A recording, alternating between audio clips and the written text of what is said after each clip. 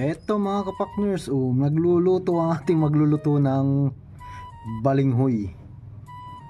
Ayan paborito ko yan, lalo na pag binabagkat. May asukal o kaya piniprito ng plain. Yung ganyan lang, ipiprito mo lang, lagyan ng asin, sarap nun. Pero si chef binilender yung balinghoy. Ano kaya ang kalabasan nito?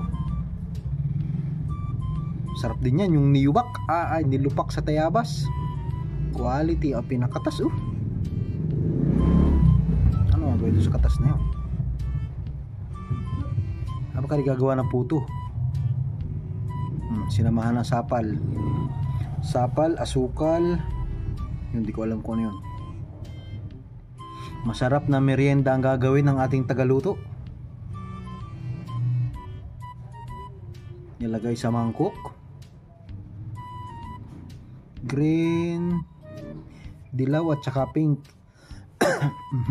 Excuse me po. Ano gagawin niya? Binilot, in-steam, tapos ito sapal, nilagyan ng asin. Tingnan natin kung anong finished product nito mga kapakners. Parang paggagawa tayo ng napakasarap na merienda. In-steam din yung bahaw para luto. Ay, ba't di ko naisip? Ano yung pichi-pichi?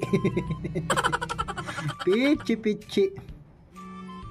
Tinuhog yan, ang sarap ng itsura Talaga nagpapasarap tingnan kapag may kulay yung food color galing. Ito pa yung sobrang balinghoy. Gayon lang yun. Hindi. Naglandi lang. Gagataan. Asukal. Hindi, ano yun? Nasal cream siguro, hindi yung gata. Yun ang gata. Yun, yung panguling yun. Ari masarap din Aba, parang maganda ang mga flex mo ngayon, chef Magkakasundo tayo. Gusto ko yan. Sarap niya. Pichi-pichi.